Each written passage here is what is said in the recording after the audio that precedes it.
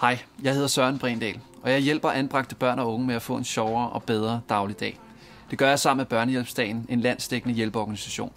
Mange af børnene og de unge lever ofte under kår, hvor økonomien er begrænset, og det derfor kan være svært at give dem de gode oplevelser, som de fortjener. Heldigvis har Børnehjælpsdagen et projekt, der hedder Drømmebanken. Herigennem er jeg med til at opfylde små, store, seje og særlige ønsker for børnene, som enten bor hos plejefamilie eller på døgninstitution i Danmark. Lige nu har jeg brug for din hjælp til at give endnu flere af de anbragte børn og unge et smil på læben, og dermed sikre, at endnu flere af de gode ønsker bliver opfyldt. Som for eksempel det her. På opholdsstedet Horslev bor 2 drenge på 15 og 18 år, der ønsker sig lidt fart og spænding. De havde tidligere en ATV og har lige nu en bane, hvor de kunne give den gas i hverdagen. Desværre blev deres ATV stjålet, og lige nu står banen øde hen. Opholdsstedet Horslev har ikke penge til at købe en ny ATV til drengene, og håber derfor, der er hjælp at hente.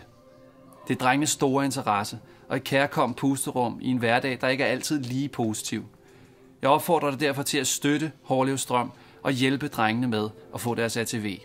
Hver dag bliver 8 børn anbragt uden for hjemmet i Danmark. Det er børn, der har brug for gode oplevelser i en ofte svær hverdag. Selv små bidrag kan gøre en stor forskel. Jeg håber derfor, at du gennem Network with a Heart vil støtte Drømmebanken og dermed sikre, at børnenes ønsker går i opfyldelse. På forhånd mange tak for din hjælp.